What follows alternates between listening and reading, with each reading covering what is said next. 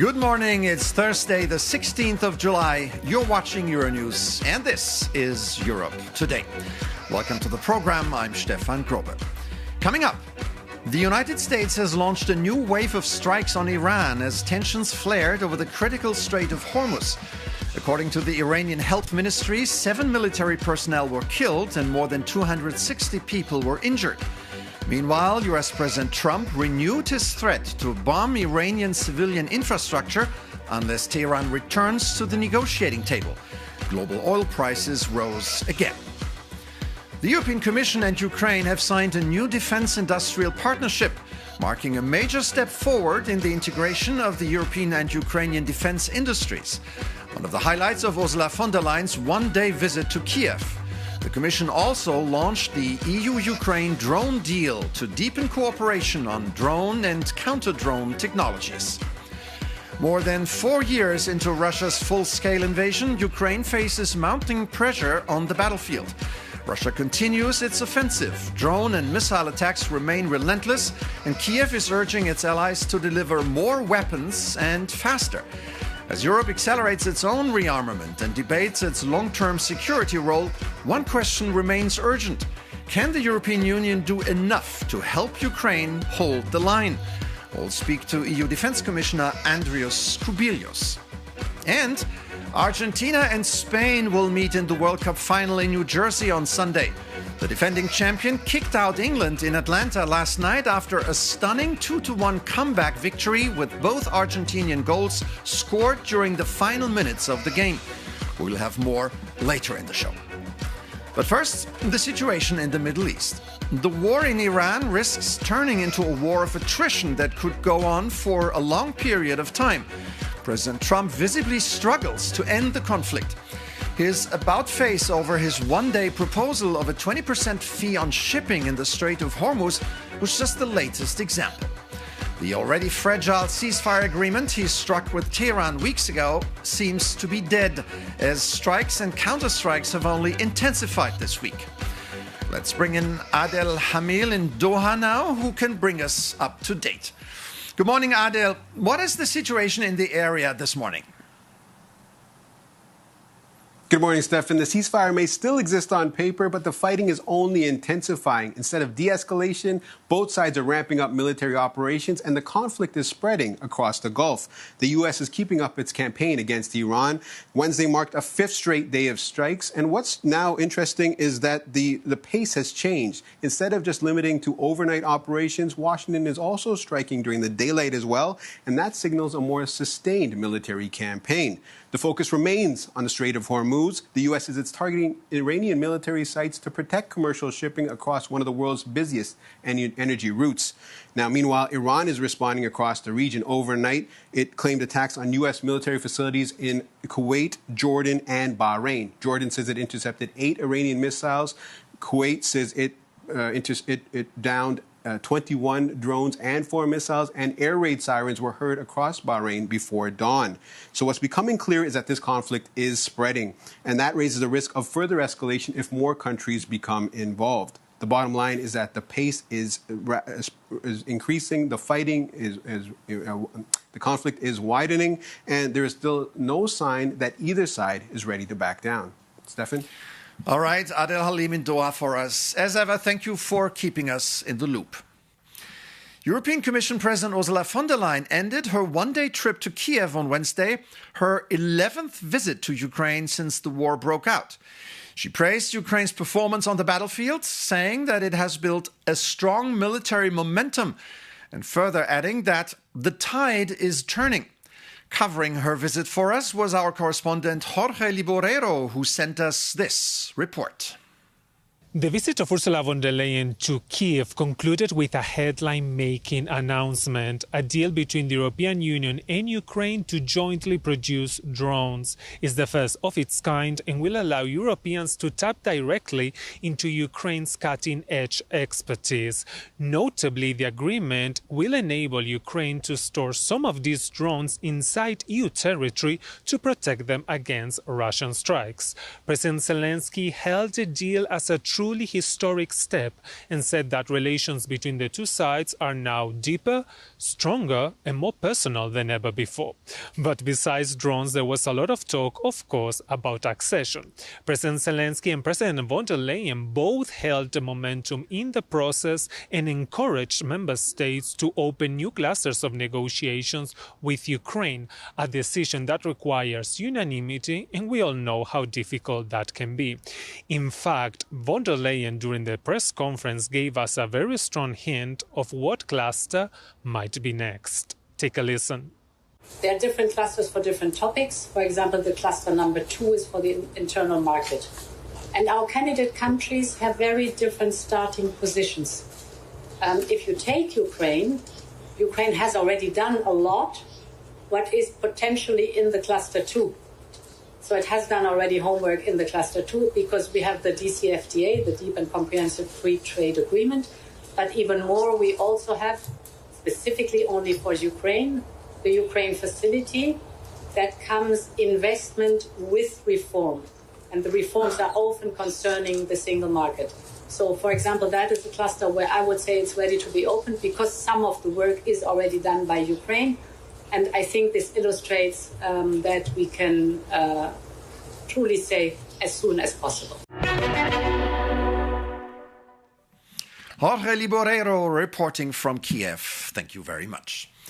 Ukraine is making gains against Russia. This includes striking more than 100 maritime vessels, including oil tankers and cargo ships, in less than 2 weeks, following attacks against oil refineries crippling Russia's energy infrastructure. For more on this, I'm now joined in the studio by our correspondent, Angela Skujins. Good morning, Angela.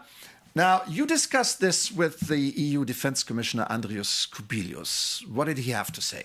Good morning, Stefan. So, yes, he stated that these strikes by Ukraine are remarkable and could push potentially the Russian President Vladimir Putin to the negotiating table, hopefully bringing an end to the country's full-scale invasion of Ukraine, which is grinding into its 5th year. He also underscored the need, however, for Europe to get serious when it comes to its own defensive capabilities. This was underscored by statements on Wednesday from the Lithuanian and Latvian presidents stating that Russia could be potentially planning a sabotage attack against critical infrastructure in those Baltic and region, as well as Poland in particular. However, he underscored as well that Europe is coming to the table when it comes to supporting Ukraine.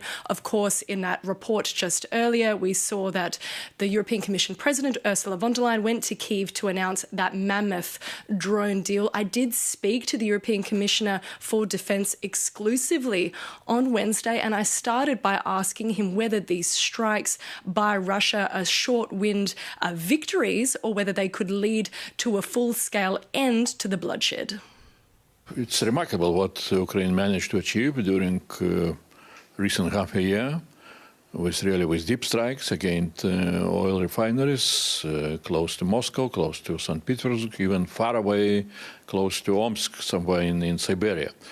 Also, the recent week attacks against Russian shadow fleet in Azov Sea and in Black Sea, those are really amazing achievements, which are making big impact on, in general, on perception, both globally but also in Russia itself.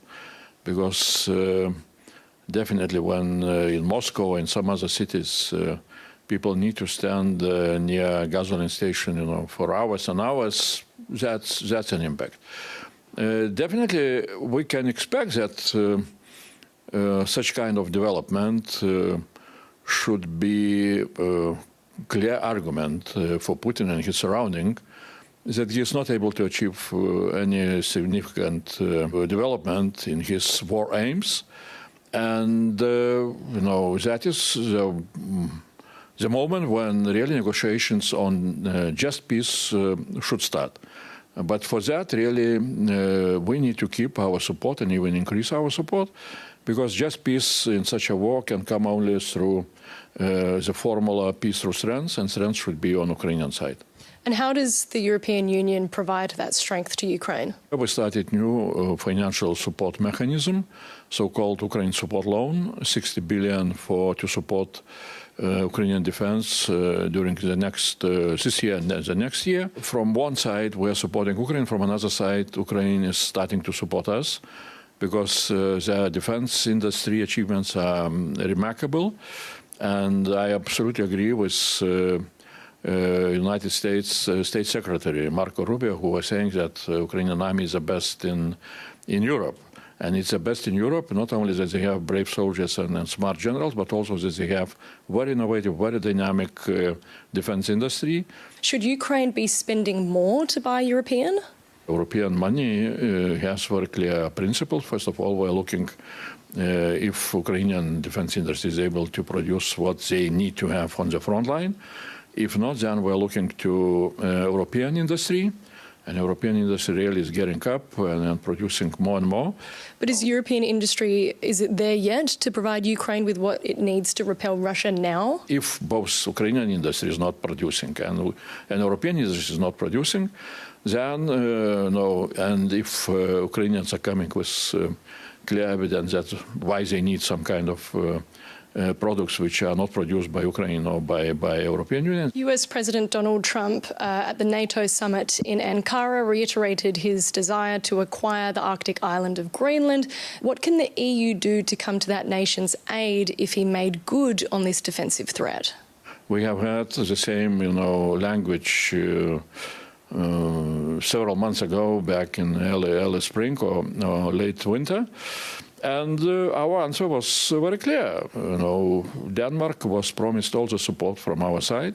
We do not agree with some kind of that language. The countries that have successfully acquired a portion of that safe loan, the 150 billion euros, what are the countries, particularly along Europe's eastern flank and those Baltic regions, using the money for? Those countries who are investing a lot, frontier countries, they also took, the biggest responsibility to spend safe loans, which are European Union support mechanism for all the countries to develop their capabilities. We see that some countries are a little bit, diminishing their, let's say, initial wishes, what they wished. Now we have perhaps 11 or 12 signatures, different countries which we agreed with them. We shall see, which will be not taken by member states, and we shall look into possibilities, how and for what purposes we can use those money. President Zelensky was very clearly asking exactly, to find the way how to finance, for example, this anti-ballistic production of an anti-ballistic system. So we shall look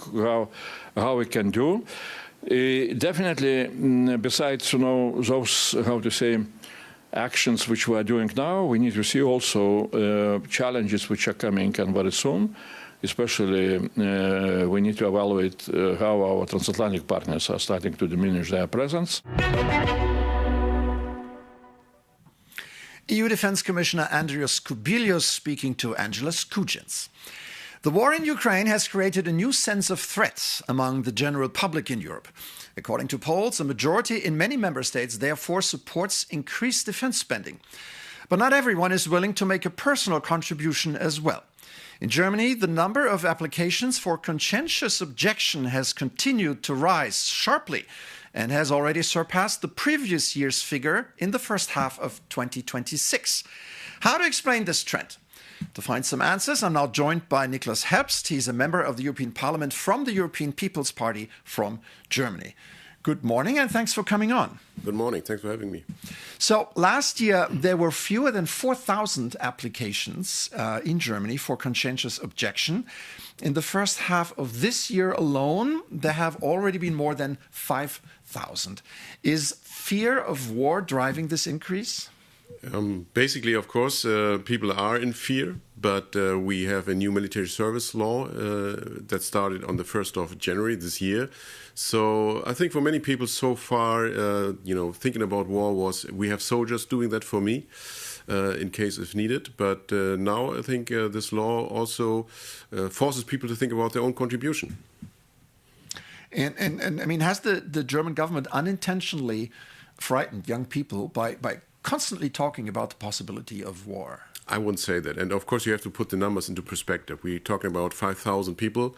It's not only young people. It's even, some reservists, some, former soldiers, people who are not even affected by the law. So it's not a, very high number. I know, 5,000 in a country of 85 million. Is exactly. Not, but the increase is at least surprising. It is, but on the other hand, you have a different number as well. The number of people who are revoking, who are withdrawing their objection is also rising. So you have, pacifists, for example, who now change their mind and say we would be willing to serve in the army in case if needed. So it's an interesting situation. And in the end, we need a discussion about resilience in society. That's the ultimate goal that we should have. We need to talk about our own resilience. There are many ways to serve your country and your fellow human beings, also in terms of collective defense. You don't have to take a weapon into your hand. There are other ways as well. So this is a broader discussion. And I wouldn't say that the government has, supported fear of war, but you have to be honest to people as well. And of course, people are watching the news and they know what's going on. All right, Nicholas Herbst, MEP from Germany, from the Christian Democrats. Thank you so much for sharing your thoughts with us on this topic. And now to something entirely different. Chat Control 1.0, a temporary derogation from e-privacy rules designed to detect online child sexual abuse, was adopted by the European Parliament a few days ago. Ever since, the discussion about it remains heated. The controversy around Chat Control 1.0 is not primarily about its objective, fighting sexual abuse of children online, but about how it does so and what it means for privacy, encryption, and democratic oversight. To learn more, I'm now lucky enough to have Simeon de Brouwer by my side. He's a digital policy advisor at the European Digital Rights Network, IDRI. Good morning, and thanks for making time for us. Good morning, Stefan. So, your organization basically says chat control threatens fundamental rights, but your critics say you're putting privacy ahead of children's safety. Are they wrong? Yes, they are wrong, because we're not putting it ahead, we're putting it together. There's a way to address this problem without doing mass surveillance and without undermining everyone's privacy and other fundamental rights, and this is what we're putting forward, proportionality. And where do you draw the line between protecting privacy and protecting children? Well, if you can do both at the same time, that's the line that you need to draw. And in the chat control, the big issue is mass surveillance, that is, turning inquiry into a fishing net. Mass surveillance means treating everyone as a suspect instead of looking for actual clues, actual suspects. If you reject chat control, what could be the alternative? This is what the parliament itself is pushing. It's a way of doing scanning of communications, which is not undermining encryption and not mass surveillance. It is targeted scanning. And we can do this without turning everyone into a suspect. Of course, the solution is not in technology alone. We need also measures that are societal, and we need work with police. This is not really being done right now. For example, the police doesn't take down online material. This is a big issue. All right. Simeon de Brouwer from European Digital Rights, thank you so much for coming on the show this morning. And now, the World Cup.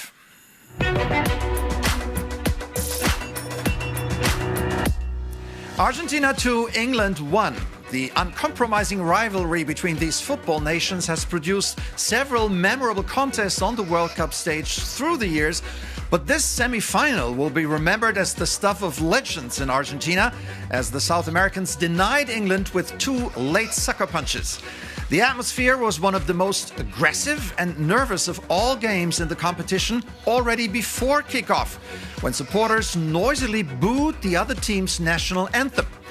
England had been on course to reach their first World Cup final since 1966 after Anthony Gordon fired them into the lead 10 minutes into the second half. After that, Argentina switched to constant attack mode, turning superstar Lionel Messi into the hero of the evening.